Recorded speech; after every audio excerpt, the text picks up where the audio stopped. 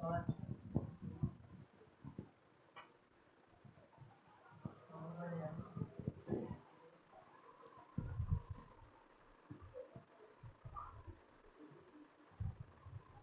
All of you. Hello guys, कैसे आप सब लोग? उम्मीद है सभी बेहतरीन होंगे। ये हमारी जो कंप्यूटर की क्लास है, ये आपका जो एग्जाम्स है जिसमें जो आपका सिलेबस दिया है कंप्यूटर फंडामेंटल, उस कंप्यूटर फंडामेंटल में ये बहुत बेहतरीन जो सिलेबस दिया आपका। और ये सिलेबस अगर एग्जाम के पॉइंट ऑफ व्यू से बात करें सर, अकॉर्डिंग टू मार्क्स, नंबरों के हिसाब से, तो सर ये जो सब्जेक्ट है, ये पूरे आपका जो पेपर है उसका लगभग 10% सिलेबस, 10% सिलेबस आपका ये सब्जेक्ट जो होता है वो कवर करता है। मतलब एक तरीके से अगर हम बात करें, आपका जो सिलेक्शन जो करवाएगा वो ये वाला ही पेपर भी करवाएगा, और आपको सिलेक्शन से बाहर भी जो करवा सकता है वो ये वाला सब्जेक्ट बाहर आपको करवा सकता है। ठीक है भाई, तो क्लास अपनी स्टार्ट हो चुकी है।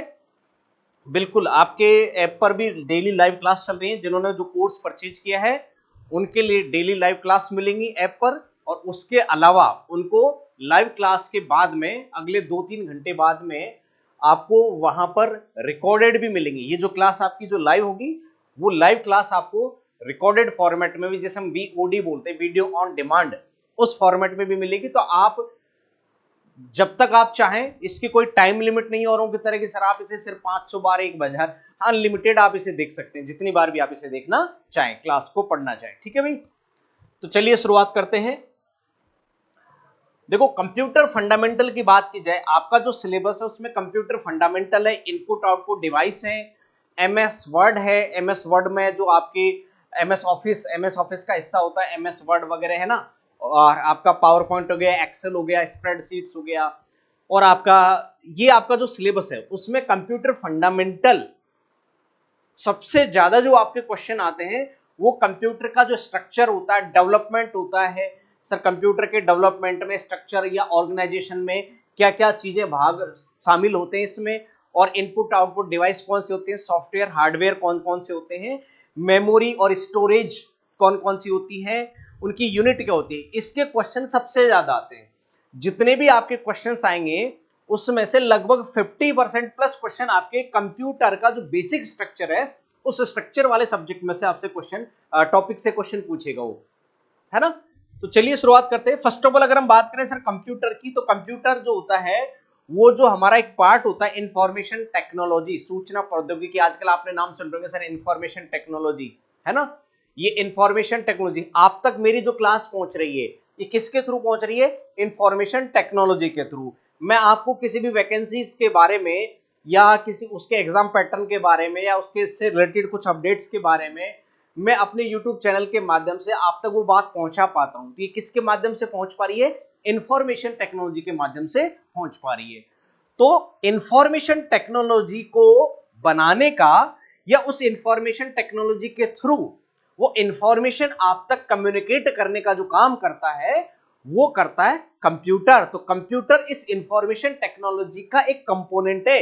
इस इंफॉर्मेशन टेक्नोलॉजी में आपके मोबाइल, लैपटॉप, टैब्स, कंप्यूटर, ये पार्ट है इसका। इसके अलावा इसमें बहुत सारे और भी चीजें शामिल होती हैं इंफॉर्मेशन टेक्नोलॉजी में। नेटवर्क शामिल होते हैं, राउटर शामिल होते हैं, मॉडेम शामिल होते हैं, सर्वर शामिल होते हैं, इंक्लूड होते हैं ना। तो इंफॉर्मेशन टेक्नोलॉजी की अगर बात की जाए सर, सूचना प्रौद्योगिकी की बात की जाए, सूचना प्रौद्योगिकी, इंफॉर्मेशन टेक्नोलॉजी वो टेक्नोलॉजी है जो इंफॉर्मेशन को, सूचना को, है ना, इंफॉर्मेशन। अब इंफॉर्मेशन क्या होता है सर? आपसे रिलेटेड, किसी भी चीज से रिलेटेड उसकी जो पूरी एबीसीडी जो होती है वो उसकी इंफॉर्मेशन होती है। जैसे आपका नाम एक इंफॉर्मेशन का एक पार्ट है। आपका जो नाम है भाई, आपके बारे में अगर इंफॉर्मेशन की बात की जाए कि भाई आपका नाम ये है, आपकी एज ये है, आपके पापा का नाम ये है, आपका होम टाउन ये है, आपकी एजुकेशन क्वालिफिकेशन ये है, आप यहाँ पर जॉब करते हैं, है ना, आप मेल हैं या फीमेल हैं, तो ये जो सारी आपके बारे में जो कंप्लीट जो डिटेल्स होती है, इसको हम बोलते हैं सर इंफॉर्मेशन, सूचना। और सूचना का जो एक एक जो भाग होता है वो उसका डेटा होता है। जैसे आपका नाम अपने आप में एक डेटा होगा, और डेटा का जो ग्रुप होता है उसे हम इंफॉर्मेशन के नाम से जानते हैं। जैसे अगर मैं बोलूं कि भाई मुझे इस व्यक्ति के बारे में इंफॉर्मेशन चाहिए, इस पर्सन के बारे में इंफॉर्मेशन चाहिए। अब कोई मुझे उसका सिर्फ नाम बता दे, सर इसका नाम जो है वो अभिषेक शर्मा है ना, या अभिषेक जो भी हो गया, लावण्या, लवानिया, जो भी मान लीजिए आप, है ना, जो भी एक्स वाई जेड उसका नाम है, तो उसका नाम मेरे लिए उसकी एक इंफॉर्मेशन हुई। उसके नाम से मुझे उसके बारे में क्या पता चलेगा? कुछ पता नहीं चलेगा कि सर इस बंदे का नाम क्या है, इसके फादर का नेम क्या है, इसका रेजिडेंशियल एड्रेस क्या है ना, उसके बारे में जो कंप्लीट जो डेटा होता है और उस डेटा का जो ग्रुप बनता है, उस डेटा के ग्रुप को हम क्या बोलते हैं? इंफॉर्मेशन बोलते हैं ना। तो इंफॉर्मेशन टेक्नोलॉजी वो टेक्नोलॉजी है जो किसी भी इंफॉर्मेशन का अरेंजमेंट में सहायक होती है। जो इंफॉर्मेशन हम तक पहुंचती है, उस इंफॉर्मेशन को व्यवस्थित तरीके से अरेंज फॉर्मेट में हम तक वो कन्वे करने का जो काम करती है जो टेक्नोलॉजी, उसे हम इंफॉर्मेशन टेक्नोलॉजी के नाम से जानते हैं। क्लियर है भाई? हाँ, अब बात आती है सर ये जो टेक्नोलॉजी होती है, इसका जो मुख्य रूप से जो इसका जो मेन जो पर्पस है, इसका जो मेनली जो यूज है इस इंफॉर्मेशन टेक्नोलॉजी का, सर मेन यूज क्या है, इसका मेन फंक्शन क्या है? तो सर इसका जो मेन यूज है, मुख्य जो उपयोग है इसका, वो है सर इंफॉर्मेशन को गेन करना, गैदर करना, है ना, सूचना को प्राप्त करना। जब आप इंफॉर्मेशन, या तो मेन पर्पस होता है सर इंफॉर्मेशन गेन करना। जैसे आप मुझसे क्लास ले रहे हैं, तो जिस भी सब्जेक्ट की आप क्लास ले रहे हैं, उस सब्जेक्ट की नॉलेज आप तक पहुंच पा रही है, आप वो जो सब्जेक्ट की टॉपिक की जो नॉलेज है वो आप गेन कर रहे हो, मुझसे हासिल कर रहे हो, है ना। तो इंफॉर्मेशन, उस टॉपिक की जो इंफॉर्मेशन है, उस सब्जेक्ट की जो इंफॉर्मेशन है, उसकी जो नॉलेज है, वो आप लाइव क्लासेस के थ्रू या वीडियो क्लासेस के थ्रू आप उसे पढ़ पा रहे हैं, समझ पा रहे हैं। तो आप इंफॉर्मेशन क्या कर रहे हो? इंफॉर्मेशन को गैदर कर रहे हो, आप उसको रिसीव कर रहे हो। ठीक है, ये एक मेन पर्पस तो ये हो गया। दूसरा सर, उसको स्टोर करना। जैसे आपने वीडियो को डाउनलोड कर लिया कि सर ये हम आपको जो रिकॉर्डेड वीडियो देते हैं, जिसको हम वीओडी बोलते हैं, तो आपने लाइव क्लास में वो क्लास ली, उसके बाद में उसका एक रिकॉर्डेड फॉर्मेट में आपने उसको स्टोर भी कर लिया। संग्रह करना, कलेक्शन करना, स्टोर करना, है ना। तो इंफॉर्मेशन टेक्नोलॉजी का ये पार्ट होता है। इंफॉर्मेशन टेक्नोलॉजी एक तो हमें इंफॉर्मेशन गेन करने में हेल्प करती है, दूसरा उस इंफॉर्मेशन को स्टोर करने में हेल्प करती है। अब सर इंफॉर्मेशन गेन करने के लिए आपको लाइव स्ट्रीमिंग के लिए आपके पास में फोन होना चाहिए, इंटरनेट होना चाहिए, लेकिन वो इंफॉर्मेशन एक बार आपने डाउनलोड कर ली, एक बार वीडियो डाउनलोड कर लिया, या आपको हमने हमारे ऐप पर उस कोर्स का वीडियो हमने रिकॉर्डेड फॉर्मेट में दे दिया, अब उसे चलाने के लिए आपको बार बार इंटरनेट की आवश्यकता नहीं पड़ती, इंटरनेट आपके लिए नेसेसरी नहीं होता है। तो इंफॉर्मेशन टेक्नोलॉजी के थ्रू आप इंफॉर्मेशन को गेन करते हो, उस इंफॉर्मेशन को, है ना, स्टोर करते हो या उसका कलेक्शन करते हो। दूसरा, अर्जन करना, है ना, ये जो होता है एक्वाइजेशन करना। एक्वाइजेशन का मतलब होता है सर ज्ञान अर्जन। आप उससे अपने फायदे की कोई जो चीज है, आप उससे जो हासिल कर रहे हो, आपके फायदे की, आपके काम की जो उस इंफॉर्मेशन के अंदर आपके काम की जो डेटा है, आपके काम की जो इंफॉर्मेशन है, वो उस इंफॉर्मेशन को आप एक तरीके से अपने माइंड में फीड कर रहे हो, या आप उसे देख रहे हो, या आप उसे पढ़ रहे हो, या आप उसे समझ रहे हो, तो उसको बोलते हैं सर ज्ञान अर्जन, है ना, एक्विजिशन करना। दूसरा सर उसका प्रसार करने में होता है ना, प्रसार करने में उस इंफॉर्मेशन को, जैसे हम बोलते हैं कि सर अगर आपको हमारा ये वीडियो पसंद आया है, अगर आपको ये क्लास पसंद आई है, तो आप इसे शेयर करो। आपको लगता है कि सर बहुत सारे स्टूडेंट जो थे वो इस क्लास की तलाश में थे, और यहाँ पर वो जो क्लास है वो बेहतरीन तरीके से हो रही है, बेहतरीन तरीके से पढ़ाई जा रही है, तो सर ये जो क्लास है, मैं चाह रहा हूँ कि मेरे भी कई फ्रेंड्स हैं वो ढूंढ रहे थे कि अच्छी क्लास कहीं पर मिल जाए हमें इस कोर्स की, तो मैंने वो वीडियो आपका, मेरे जो फ्रेंड्स थे उनको मैंने थ्रू व्हाट्सएप, टेलीग्राम के थ्रू वहां तक शेयर कर दिया, और उन तक भी ये क्लास पहुंच गई, और उनको भी इस क्लास का बेनिफिट मिलेगा, हेल्प मिलेगी उनको एक अच्छा कंटेंट पढ़ने में, है ना। तो एक अच्छा कंटेंट पढ़ने में उनको हेल्प मिलेगी। तो आपने क्या किया? आपने सर उस वीडियो को शेयर कर दिया, है ना। तो जो शेयर किया, तो आपने उस इंफॉर्मेशन को क्या किया? आपने उस इंफॉर्मेशन को एक्सप्लोर कर दिया, आपने उसको क्या कर दिया? प्रसारित कर दिया। ठीक है, तो ये इंफॉर्मेशन टेक्नोलॉजी के काम होते हैं। इन अदर वर्ड्स, दूसरे शब्दों में कहें सर, इंफॉर्मेशन टेक्नोलॉजी मॉडर्नाइजेशन, आधुनिकीकरण या डेवलपमेंट का क्या है? यो पर्याय है ना, उसका क्या है? सिनोनिम्स है या एक अल्टरनेट है। ग्लोबलाइजेशन, आज आप पूरे वर्ल्ड के साथ में इंस्टेंट टाइम में कनेक्ट हो जाते हैं। जैसे आपका अभी जस्ट हाल ही में आपकी आईसीसी चैंपियंस ट्रॉफी खत्म हुई है, वर्ल्ड कप खत्म हुआ था 2020, नेक्स्ट आईपीएल आपके आने वाले हैं। तो आप जो है वहां इंस्टेंट लाइव स्टेडियम में क्या हो रहा है उसको आप देख पा रहे हैं अपने अलग ओटीटी प्लेटफॉर्म्स के थ्रू, लाइव टेलीविजन के थ्रू। तो आप पूरे वर्ल्ड से कि सर मैच वहां पर हो रहा है और वहां क्या इवेंट हो रही है, क्या बीच में घटनाक्रम हो रहा है, उससे आप लाइव देख पा रहे हो।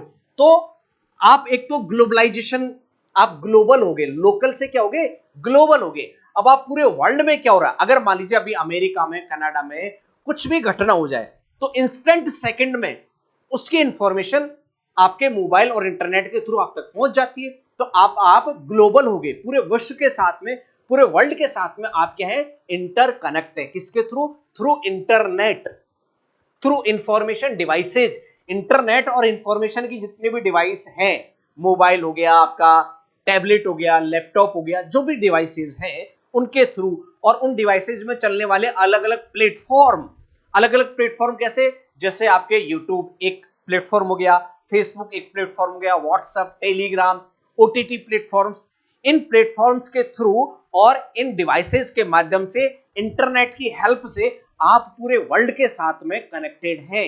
इंस्टेंट टाइम में जो कुछ भी इवेंट हो रही है उस इवेंट को आप जो है एक्सेस कर पा रहे हैं, या आप तक उसकी जानकारी पहुंच पा रही है। तो सर इंफॉर्मेशन टेक्नोलॉजी मॉडर्नाइजेशन, आधुनिकीकरण, डेवलपमेंट में और आपके ग्लोबलाइजेशन में, है ना, वैश्वीकरण में का एक सिनोनिम्स है, पर्याय है। सर इसके बगैर तो आप ग्लोबल नहीं हो सकते, इसके बगैर तो आजकल आपका डेवलपमेंट पॉसिबल ही नहीं है। डिजिटल, है ना, डिजिटल इंडिया की बात करें सर, मॉडर्नाइजेशन इसके बगैर पॉसिबल नहीं है, क्योंकि आज कुछ भी नई लेटेस्ट टेक्नोलॉजी आ रही है, कुछ भी नए आचार विचार, आपके थॉट्स, आपके आइडिया, आपके जो एक्सप्रेशंस होते हैं, आपके जो नए नए इन्वेंशंस होते हैं, वो लोगों तक पहुंच पाते हैं। किसके माध्यम से, इंफॉर्मेशन टेक्नोलॉजी के माध्यम से, है कि नहीं है। तो ये एक आपका डेवलपमेंट का एक सिनोनिम्स हो गया। अब देखो आपके फिर बात आती है सर, इंफॉर्मेशन टेक्नोलॉजी वाली डिवाइस कौन कौन सी होती है, जैसे radio, radio, computer, cellular phone. Cellular phone में पता कौन सा था आपका, सेल फोन, जिसको आप मोबाइल बोलते हो। इस मोबाइल का असली जो नाम होता है, रियल जो नेम होता है, वो सेल फोन होता है या सेलुलर फोन होता है। तो रेडियो, पहले रेडियो आज भी चलते हैं, अभी भी चलते हैं, जैसे आपके एफएम चैनल चलते हैं रेडियो के थ्रू, है ना। कंप्यूटर तो है ही है, कंप्यूटर में दोनों आ गए आपके, डेस्कटॉप और लैपटॉप, है ना। सेलुलर फोन आ गए, सेलुलर फोन में आपके मोबाइल फोन भी आ गया, एक आपके लैंडलाइन फोन भी होते हैं, आपके उपग्रह संचार, सैटेलाइट कम्युनिकेशन। सैटेलाइट कम्युनिकेशन अगर आप जानते हैं, एलन मस्क की एक कंपनी है ना, एलन मस्क की एक कंपनी है स्टारलिंक। जैसे एलन मस्क की कई कंपनी है, उसमें से स्पेस एक्स एक कंपनी है जो स्पेस में आपके वो सैटेलाइट वगैरह लॉन्च करती है। एक उसकी टेस्ला है जो इलेक्ट्रिक व्हीकल्स बनाती है, टेस्ला वाली कंपनी। एक उसका वो ट्विटर है जो अभी उसका नाम एक्स हो गया है, उस ट्विटर का, है ना। और एक कंपनी और है उसकी स्टारलिंक, स्टारलिंक है। तो उस स्टारलिंक कंपनी की खास बात क्या है सर, स्टारलिंक की, सर वो वर्ल्ड की पहली कम्युनिकेशन वाली कंपनी है जो आपको डायरेक्ट सैटेलाइट इंटरनेट अवेलेबल करवाती है। सैटेलाइट का मतलब सैटेलाइट से डायरेक्ट इंटरनेट आपकी डिवाइस तक पहुंचता है। उसके लिए आपको अपने घर पर एक छोटा सा वो डिवाइस लगानी पड़ती है स्टारलिंक कंपनी की।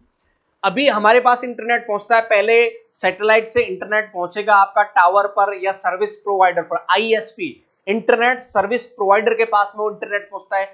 जैसे बोलोगे सर इंटरनेट सर्विस प्रोवाइडर कौन से, जियो, एयरटेल, वोडाफोन आइडिया, ये सभी आपको जो जिस कंपनी का आप इंटरनेट यूज कर रहे हो वो आपका इंटरनेट सर्विस प्रोवाइडर है, आईएसपी उसे बोला जाता है।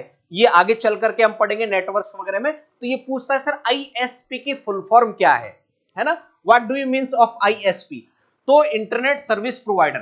तो ऐसे ही सैटेलाइट के थ्रू, तो यहां क्या होता है, एक तो हाई स्पीड इंटरनेट आएगा, विदाउट इंटरप्ट आएगा। ये इंटरनेट जो होता है, जैसा आपको पता है सर, कई बार अलग अलग स्टेट गवर्नमेंट या सेंट्रल गवर्नमेंट, जहां कहीं पर भी झगड़ा हो जाता है, कहीं क्योस क्रिएट हो जाता है, या एग्जाम्स होती है, तो एग्जाम्स जिस दिन होती है उस दिन गवर्नमेंट जो होती है वो इंटरनेट बंद कर देती है। क्यों, क्योंकि सर वो इसलिए कि कहीं पेपर लीक नहीं हो जाए, व्हाट्सएप पे पेपर शेयर नहीं हो जाए, उसके लिए। लेकिन ये वाला जो इंटरनेट है ना, सैटेलाइट इंटरनेट एलन मस्क का स्टारलिंक, ये बंद नहीं होता है क्योंकि ये डायरेक्ट सैटेलाइट से आता है। इंटरनेट बंद कौन करता है? इंटरनेट सर्विस प्रोवाइडर, आईएसपी करता है। यहां आपका डायरेक्ट सैटेलाइट से आ रहा है, अब तक पहुंच रहा है, बीच में जो है वो कोई टावर या कंट्रोलिंग सेंटर नहीं है। तो ये भी आपका इंफॉर्मेशन टेक्नोलॉजी का हिस्सा है, सैटेलाइट कम्युनिकेशन, ऑप्टिकल फाइबर, प्रकाशीय तंतु। आपको पता है बीएसएनएल का पहले लैंडलाइन जो फोन आता है ना, तो एक होता है सर वायरलेस, हमारा फोन वायरलेस है, लेकिन जो लैंडलाइन फोन होते हैं या ब्रॉडबैंड इंटरनेट जो होता है जहां तार लगता है, तो वो एक केबल के थ्रू ये डेटा कम्युनिकेट होता है, जिसे हम ओएफसी बोलते हैं, ऑप्टिकल फाइबर, प्रकाशीय तंतु के नाम से इसे हम जानते हैं। ठीक है, उसके बाद में पेजर, ये जो पेजिंग होता था, पेजर है ना, पेजिंग लेजर, ये आपको पता है अभी वो आपका कहां पर, हाँ उसमें शायद गाजा की घटना है, वो इजराइल ने पेजर अटैक किया था, बहुत मैसिव लेवल पे, बहुत बड़े लेवल पर इजराइल ने पेजर अटैक किया। तो पेजर क्या होता था? एक तरीके का टेलीग्राम, ये आप जो चलाते हो आज वाला टेलीग्राम नहीं, पहले टेलीग्राफ या टेलीग्राम चलता था।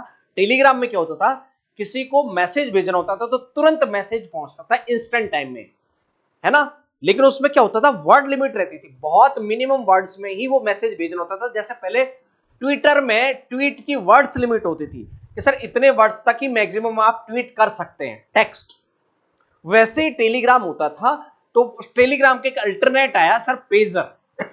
तो वो जो पेजर है ये आपका नेटवर्क से चलता था, तो ये पेजर मैसिव अटैक हुआ, ये भी आपका आईटी का ही है। उसके बाद में टेलीफोन, जितने भी लैंडलाइन फोन है, ये सभी आपके इंफॉर्मेशन टेक्नोलॉजी के ही क्या है, कंपोनेंट है। ठीक है भाई, अब कंप्यूटर की डेफिनेशन की बात की जाए सर, ऑटोमेटिकली है ना, तो कोई भी ऑटोमेटेड रूप से कोई भी एक ऐसी इलेक्ट्रॉनिक डिवाइस है ना, an electronic device that automatically process, store and retrieve various type of data is called computer. तो कंप्यूटर क्या है दोस्तों?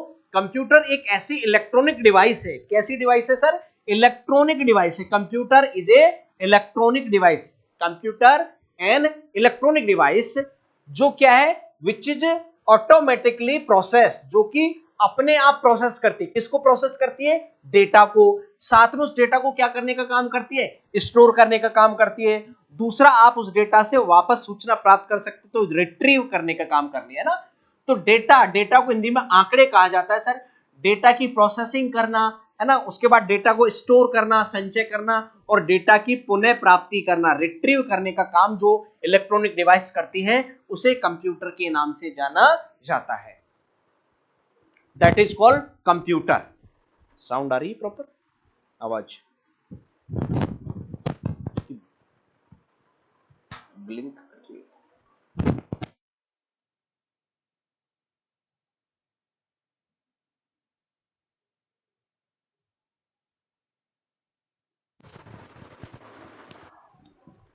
ठीक है भाई, तो इसको हम क्या बोलते हैं? वो इलेक्ट्रॉनिक डिवाइस जो किसी भी डेटा को प्रोसेस करने में कैपेबल हो, जो उस डेटा को स्टोर कर सके, और जो उस डेटा से इंफॉर्मेशन वापस से हमें रिट्रीव कर सके, ऐसी इलेक्ट्रॉनिक डिवाइस को कंप्यूटर के नाम से जानते हैं।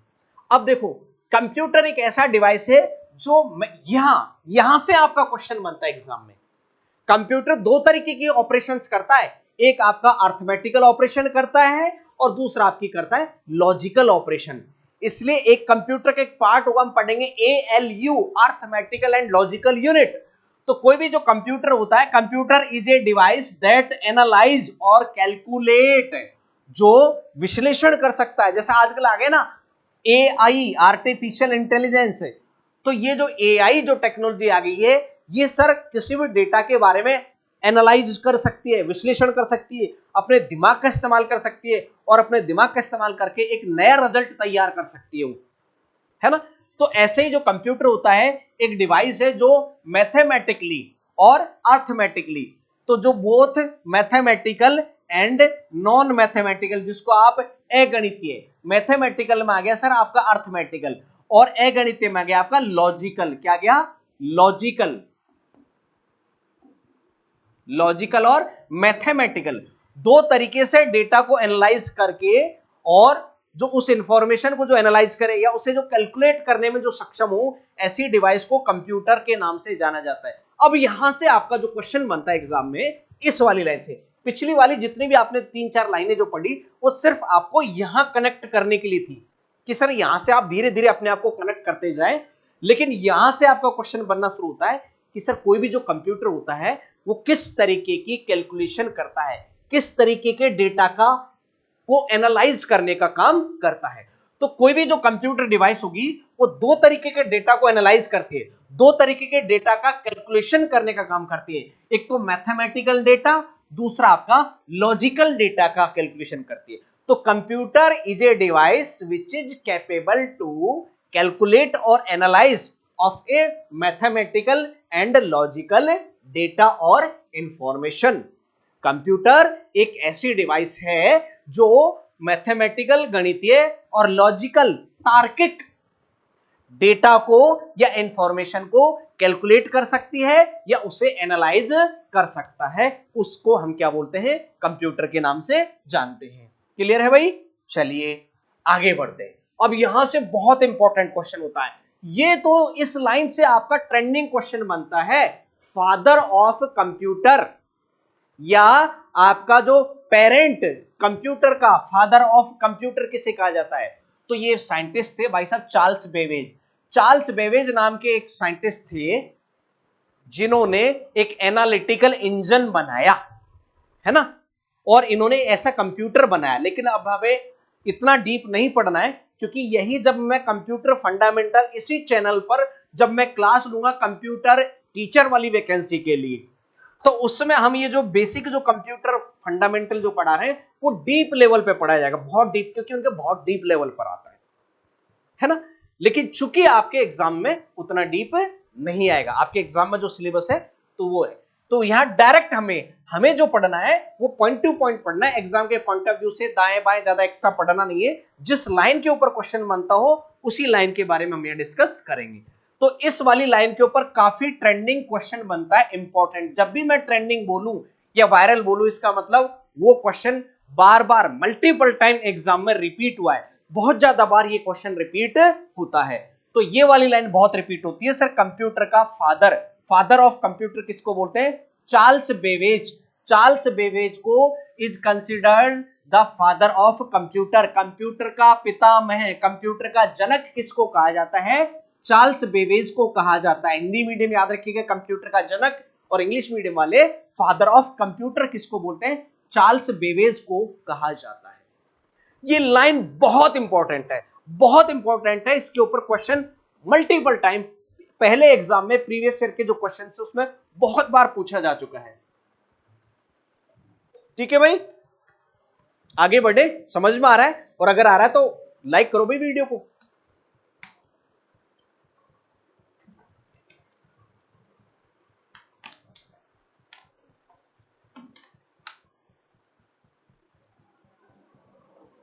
इसके बाद में हम बात करें सर, एक कंप्यूटर और आए मार्क 1 के नाम से। जैसा आपने फेसबुक के फाउंडर का नाम सुना होगा ना, मार्क जकरबर्ग, है ना, ऐसे ही। तो ऐसे एक मिलते जुलते भाई साहब और हैं, मार्क 1, है ना। मार्क 1 ये आया था सर, ये वाला कंप्यूटर बना मार्क 1 1937 से 1944 के बीच में ये बना। ठीक है, ये वर्ल्ड का पहला, विश्व का पहला, वर्ल्ड फर्स्ट, है ना, fully automatic electromechanical calculating machine. ये प्रश्न आता है एग्जाम में। वर्ल्ड की पहली फुल्ली ऑटोमेटिक, है ना, पूर्ण स्वचालित इलेक्ट्रो का मतलब विद्युत, मैकेनिकल यांत्रिक, कैलकुलेशन मशीन गणना यंत्र। ये क्वेश्चन पूछता है भाई इस एग्जाम में, लेकिन हालांकि बहुत कम बनता है, सबसे ज्यादा इस लाइन के ऊपर बनता है, ये आप विशेष याद रखिएगा। लेकिन फिर भी 2-3 बार पूछ चुका है इसके बारे में। वर्ल्ड की पहली इलेक्ट्रोमैग्नेटिक कैलकुलेशन मशीन किसने बनाई? कैलकुलेशन मशीन किसने बनाई? तो वो बनी थी, उसका नाम था मार्क 1। ठीक है, क्लियर है? इसके बाद में सर 1946, यहां से प्रॉपर आपका कंप्यूटर का जो आगे चल करके हम पढ़ेंगे सर कंप्यूटर की जनरेशंस, कंप्यूटर की 5 जनरेशंस के बारे में हम पढ़ेंगे, 5 जनरेशंस के बारे में। अभी जो करंट में जो जनरेशन चल रही है कंप्यूटर की, वो 5th जनरेशन चल रही है ना, बिल्कुल 5th जनरेशन चल रही है। तो कंप्यूटर एक प्रॉपर जो कंप्यूटर बनना शुरू हुए, स्टार्ट हुए, वो यहीं से होता है आपके 1944 1946 के आसपास से। सर 1946 में 1946 में पहला एक ऐसा कंप्लीटली इलेक्ट्रॉनिक कंप्यूटर का इन्वेंशन आविष्कार हुआ, जिसका आविष्कार दो साइंटिस्ट ने किया, जेपी एकर्ट और जॉन विलियम्स मुचली, शॉर्ट में इसको मुचली भी बोलते हैं। ये दो साइंटिस्ट ने मिलकर के इसका आविष्कार किया और इसका नाम रखा सर एनिएक, है ना, ENIAC, एनिएक। ये भी बहुत इंपॉर्टेंट है भैया, ये याद रखिएगा, इस लाइन के ऊपर भी क्वेश्चन बनता है सर। एनिएक आगे चल करके हम पढ़ेंगे सर, एनिएक कौन सी जनरेशन का कंप्यूटर है, फर्स्ट जनरेशन का कंप्यूटर है या सेकंड जनरेशन का कंप्यूटर है, एनिएक में कौन सी लैंग्वेज इस्तेमाल होती है, कोबाल लैंग्वेज इस्तेमाल होती है, मशीन लैंग्वेज इस्तेमाल होती है, या आपकी जावा लैंग्वेज इस्तेमाल होती है, इस तरीके से। फिलहाल आप याद रखिएगा, वर्ल्ड का पहला इलेक्ट्रॉनिक कंप्यूटर, है ना, इलेक्ट्रॉनिक, ये मैकेनिकल कैलकुलेटिंग मशीन थी, कंप्यूटर तो ये भी नहीं था, ये मशीन थी कैलकुलेट करने वाली, मतलब आपका एक तरीके से कैलकुलेटर। लेकिन प्रॉपर एक कंप्यूटर बना 1946 में, जो वर्ल्ड का पहला इलेक्ट्रॉनिक कंप्यूटर कहलाता है, और इसको बनाया दो साइंटिस्टों ने, एक आपका जेपी एकर्ट ने, दूसरा आपका विलियम मुचली ने मिलकर के बनाया, और इस कंप्यूटर को नाम दिया गया, इसका नॉमिनेशन किया गया था एनिएक, ENIAC, है ना, याद रखिएगा, बहुत इंपॉर्टेंट बनता है इसके ऊपर। तो आपसे जब भी वो एग्जाम में क्वेश्चन करेगा, सर वर्ल्ड का पहला इलेक्ट्रॉनिक कंप्यूटर कौन सा है, तो आपका जवाब होना चाहिए वहां पर एनिएक। क्लियर है भाई, एनिएक आपका वहां पर जवाब होना चाहिए, ठीक है। और इसको किसने बनाया, सर ये इसने बनाया, लेकिन किसने बनाया उसके ऊपर क्वेश्चन फिर भी मुश्किल से एक दो बार पूछा गया अब तक पिछले 20-30 सालों में क्वेश्चन, लेकिन ये सबसे ज्यादा बार पूछा गया है, वर्ल्ड का पहला इलेक्ट्रॉनिक कंप्यूटर का नाम क्या है, नाम सबसे ज्यादा बार पूछा गया है। और कुछ 2-3 बार ये भी पूछा गया है, सर वर्ल्ड का पहला इलेक्ट्रॉनिक कंप्यूटर कब बना, 1946 में। आपका जवाब क्या होगा दोस्तों, 1946 में वर्ल्ड का पहला इलेक्ट्रॉनिक कंप्यूटर बना, लेकिन उसका जो नाम है, वो नाम क्या है, उसका नाम है सर एनिएक, ENIAC, एनिएक। याद रखिएगा, सबसे ज्यादा क्वेश्चन उसने इसके नाम के ऊपर ही पूछा है, वर्ल्ड का पहला इलेक्ट्रॉनिक कंप्यूटर कौन सा है, कंप्लीटली पूर्णतः इलेक्ट्रॉनिक कंप्यूटर कौन सा है, तो वो है सर आपका एनिएक है। क्लियर है, चलिए आगे बढ़े, बहुत अच्छी बात है। अब बात आती है सर भारत में कंप्यूटर का डेवलपमेंट कब हुआ, तो सर इंडिया के अंदर जो कंप्यूटर का जो डेवलपमेंट हुआ, वो भारत में जो कंप्यूटर का जो विकास हुआ है, स्टार्ट होता है सर 1960 से, 1960 से, है ना, 1960 से यहां पर आपके कंप्यूटर का विकास डेवलपमेंट स्टार्ट हो जाता है। और सिद्धार्थ, याद रखिएगा, इस लाइन पे फोकस कीजिएगा, सिद्धार्थ इंडिया का पहला कंप्यूटर है ना, सिद्धार्थ कौन सा है, इंडिया का पहला कंप्यूटर। अब आपसे कोई क्वेश्चन करेगा, सर वर्ल्ड का पहला इलेक्ट्रॉनिक कंप्यूटर, आपका जवाब होगा सर एनिएक। और आपसे फिर कोई पूछे तो सर इंडिया का पहला कंप्यूटर का नाम क्या है, सर वो है आपका सिद्धार्थ। पूछे कब आया इंडिया में सबसे पहले कंप्यूटर, कब स्टार्ट हुआ, 1960 में, 1960 के अंदर ये आपका सबसे पहले इस कंप्यूटर की शुरुआत हुई भारत के अंदर, और उस कंप्यूटर का नाम रखा गया था सिद्धार्थ, नाम रखा गया था। क्लियर है भाई, है ना, उम्मीद है समझ में आ रहा होगा ना, बहुत अच्छी बात है। चलो, भारत में सबसे पहले ये जो कंप्यूटर स्थापित किया गया था, अब कंप्यूटर तो आ गया, गजब बात क्या, अभी हमने कंप्यूटर बनाया नहीं, हमने सिर्फ बाहर से कंप्यूटर के पार्ट्स मंगाए और उनको हमने इंडिया में असेंबल किया, कंप्यूटर हमने बनाया नहीं, कंप्यूटर तो वर्ल्ड में बना है, लेकिन इंडिया का पहला जो कंप्यूटर है जिसका नाम रखा गया कि सर अब कंप्यूटर इंडिया में असेंबल होने लग गया, बनने लगे, उस पहले कंप्यूटर का नाम था सिद्धार्थ।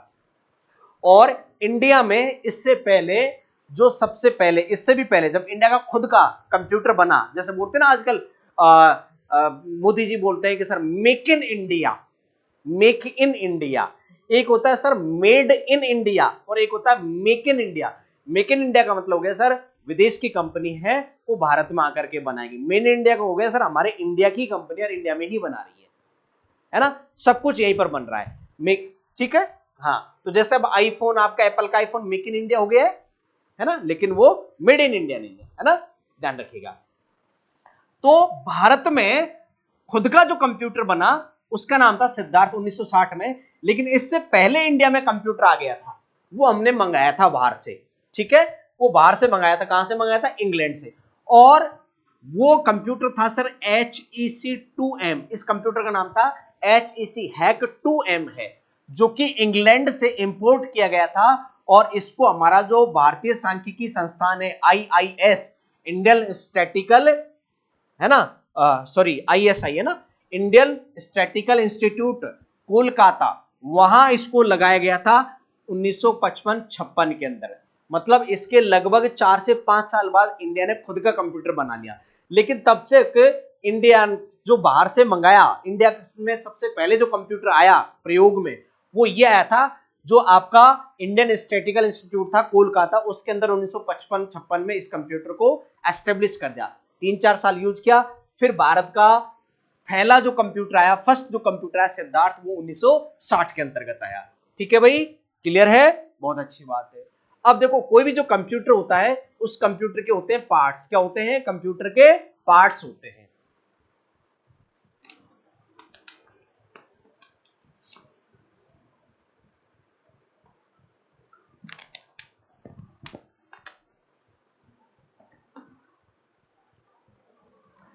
कंप्यूटर जो होता है वो एक पूरा जो कंप्यूटर होता है बहुत सारे कंप्यूटर के कंपोनेंट से या पार्ट से मिलकर के बना होता है कि नहीं है ना? अब आप बोलोगे सर एक अकेला जो चीज होती है वो कंप्यूटर नहीं होती, बहुत सारी कंप्यूटर डिवाइस मिलकर के एक कंप्यूटर का फॉर्मेशन करते हैं। कंप्यूटर में सर मेनली दो पार्ट होते हैं, एक हार्डवेयर होता है और एक क्या होता है? सॉफ्टवेयर होता है। आगे चल करके इनके बारे में हम पढ़ेंगे डिटेल में, हार्डवेयर और सॉफ्टवेयर। हार्डवेयर प्लस सॉफ्टवेयर, अकेले हार्डवेयर से कंप्यूटर तो बन जाता है लेकिन बगैर सॉफ्टवेयर के कंप्यूटर रन नहीं होता है, चलता नहीं है। तो सर हार्डवेयर प्लस सॉफ्टवेयर दोनों मिलकर के एक कंप्लीट कंप्यूटर को बनाते हैं। और सॉफ्टवेयर भी आगे चल करके दो तरीके के होते हैं मेनली, वैसे तो कई टाइप के होते हैं, सिस्टम सॉफ्टवेयर और एप्लीकेशन सॉफ्टवेयर। एक आपके यूटिलिटी सॉफ्टवेयर भी होते हैं ना। तो ये सॉफ्टवेयर हो गए। सॉफ्टवेयर और हार्डवेयर मिलकर के एक ऐसी कंप्यूटर बनाते हैं जो रन होता है, चलता है। ये डिवाइसेस सिर्फ आपका कंप्यूटर बनाएंगे लेकिन इनसे कंप्यूटर नहीं चलेगा। कंप्यूटर को चलाने के लिए कोई ऑपरेटिंग सिस्टम या कोई ना कोई सॉफ्टवेयर की जरूरत पड़ती है।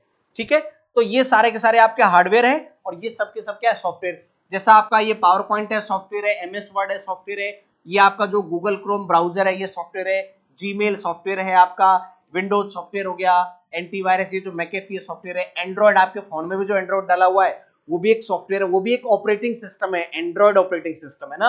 और ये जावा लैंग्वेज है, ये भी क्या है? सॉफ्टवेयर है। इधर ये सारे के सारे हार्डवेयर है, ये सर आपका CPU हो गया, ये मॉनिटर हो गया, ये कीबोर्ड हो गया, ये प्रिंटर हो गया, headphone, wireless mouse, speakers, RAM और आपका ये जो मदरबोर्ड वगैरह, ये सभी के सभी क्या है? आपके हार्डवेयर। और ये क्या है? आपके सॉफ्टवेयर। जब ये दोनों मिलते तब जाकर के हमारा कंप्लीट रनिंग कंडीशन में हमारा कंप्यूटर तैयार होता है। इनके बगैर कंप्यूटर तैयार तो हो जाएगा ये इन पार्ट से, लेकिन इनसे रनिंग कंडीशन में नहीं आएगा। समझ रहे हैं आप?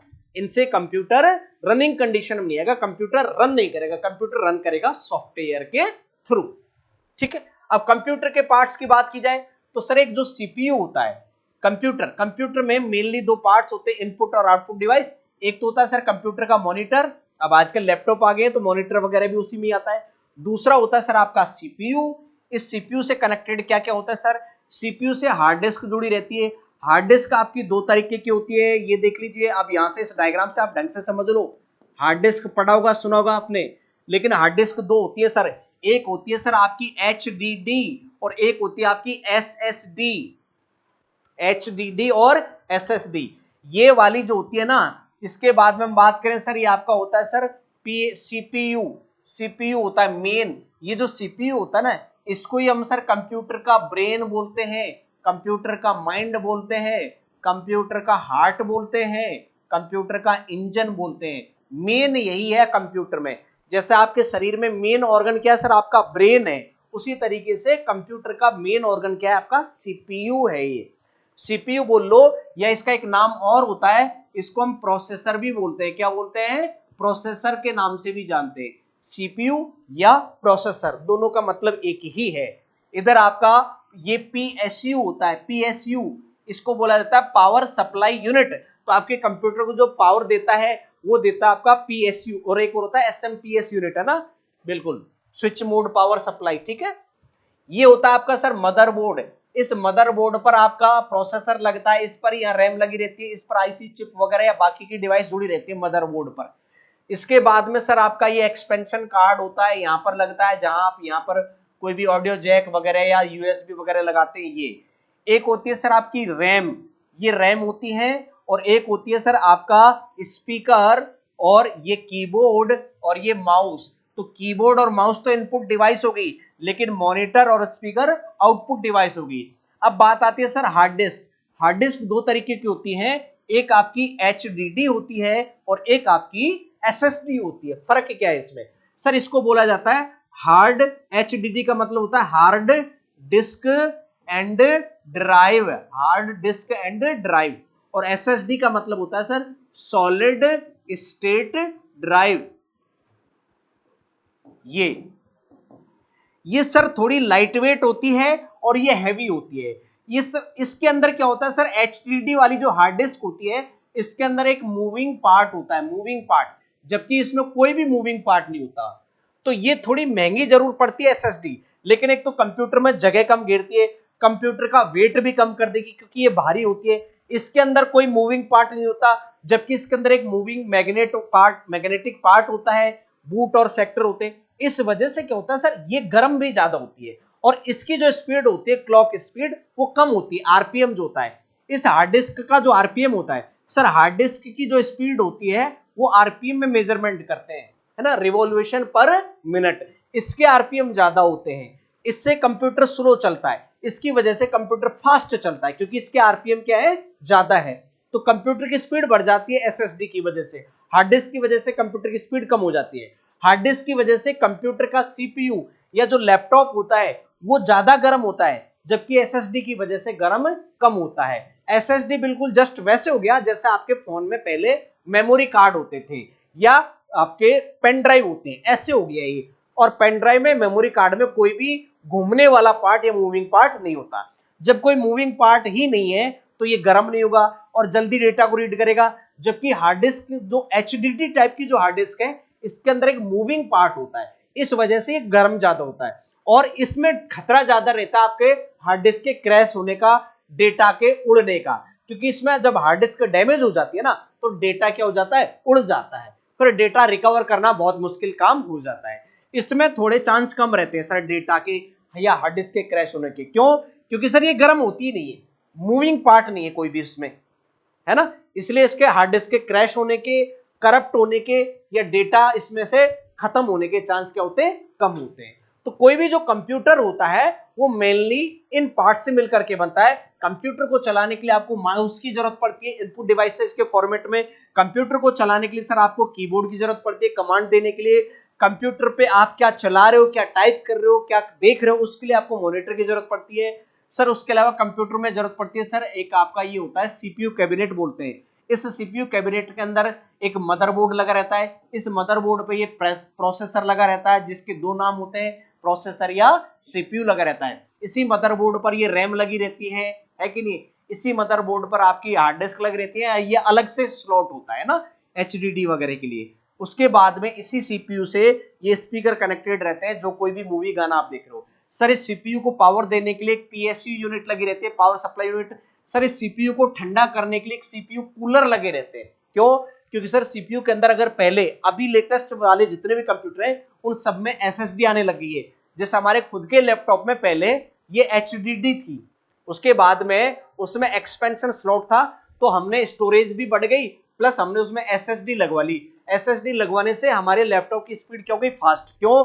क्योंकि सर विंडो जो है हमने वो विंडो एसएसडी में डाली हुई है। अब जितने भी सॉफ्टवेयर चलते हैं, इंस्टॉल होते हैं, रन होते हैं, वो किस में होते हैं, सी ड्राइव में। और सी ड्राइव में क्या होती है, विंडो होती है खासकर। तो हमने एसएसडी में विंडो के लिए ही एसएसडी को रिजर्व रख रखा है कि सर विंडो और सॉफ्टवेयर एसएसडी में चलाएंगे, बाकी जो एक्स्ट्रा डेटा है उसको स्टोर कर लो आप इसमें। तो इसकी वजह से कंप्यूटर की स्पीड क्या हो गई, हमारे लैपटॉप की स्पीड क्या हो गई, फास्ट हो गई। क्लियर है? तो इन सब चीजों से मिलकर के बनता है आपका एक कंप्लीट कंप्यूटर का फॉर्मेशन होता है। क्लियर है भाई? उम्मीद है आपको समझ में आ रहा होगा, है ना। बिल्कुल। मदरबोर्ड पर देखो क्या क्या लगे रहते हैं। मदरबोर्ड पर सर हार्ड डिस्क लगी रहती है, वीडियो कार्ड लगा रहता है, फैन लगा रहता है मदरबोर्ड पर ही, रैम लगी रहती है आपकी, मेमोरी, प्रोसेसर लगा रहता है यहाँ पर, सीपीयू जिसको बोलते हो, यहाँ एक डीवीडी राइटर जुड़ा रहता है, आजकल तो बंद हो गए, और पावर सप्लाई यूनिट का तार यहाँ कनेक्टेड होता है, पीएसयू सप्लाई। ठीक है, इधर सीपीयू के पार्ट्स कौन कौन से होते हैं सर? सीपीयू को ठंडा रखने के लिए फैन होगा, सीपीयू के अंदर फ्लॉपी लगी होती है, आजकल नहीं आती, पहले आती थी। P4 कैटेगरी के जो P4 होते थे ना, P4 कंप्यूटर, P3 P4 उनमें होती थी पहले फ्लॉपी, अब नहीं होती है। उसके बाद में सर इस हीट को ठंडा करने के लिए हीट सिंक लगा रहता है, हार्ड डिस्क लगी रहती है इसके अंदर, रैम लगी रहती है सीपीयू में, सीपीयू के अंदर प्रोसेसर लगा रहेगा, उसके बाद में सीपीयू के अंदर क्या लगेगा? मदरबोर्ड लगेगा, और सीपीयू में एक यूनिट और जुड़ी रहती है आपकी, पावर सप्लाई यूनिट। तो ये सभी चीजें मिलकर के आपके कंप्यूटर का क्या करते हैं? निर्माण करते हैं, है कि नहीं है भैया? तो उम्मीद है आपको क्लास पसंद आ रही होगी, है ना? और क्लास पसंद आ रही है तो भाई लाइक जरूर करो, है ना? हाँ, तो ये था कंप्यूटर के बारे में कि सर कंप्यूटर के जो पार्ट्स होते हैं वो कौन कौन से होते हैं, कंप्यूटर बनता किस तरीके से। क्लियर है भाई? अब हम आगे डिस्कस करेंगे इसमें कंप्यूटर के पार्ट्स, है ना, कंप्यूटर के भाग कौन कौन से होते हैं, है ना, कंप्यूटर किन किन चीजों से बना होता है, कंप्यूटर की जनरेशंस कौन कौन सी होती है, कंप्यूटर के प्रकार कौन कौन से होते हैं, टाइप्स ऑफ कंप्यूटर पर डिस्कस किया जाएगा यहाँ पर, है ना, कौन कौन से टाइप के कंप्यूटर होते हैं, डिजिटल कंप्यूटर जो होते हैं वो किस पर बेस होते हैं, डिजिटल कंप्यूटर कौन से होते हैं, एनालॉग कंप्यूटर कौन कौन से होते हैं ना, उस पर हम डिस्कस करेंगे। उसके बाद में हम सर कंप्यूटर की जनरेशंस पढ़ेंगे, कंप्यूटर की पीढ़ियां, इन जनरेशंस के बारे में हम डिटेल में पढ़ेंगे, बहुत डिटेल में पढ़ने वाले हैं। उम्मीद है आपको ये क्लास समझ में आ रही होगी, है ना? और आ रही है तो क्लास को भाई लाइक करो, है ना? ठीक है भाई।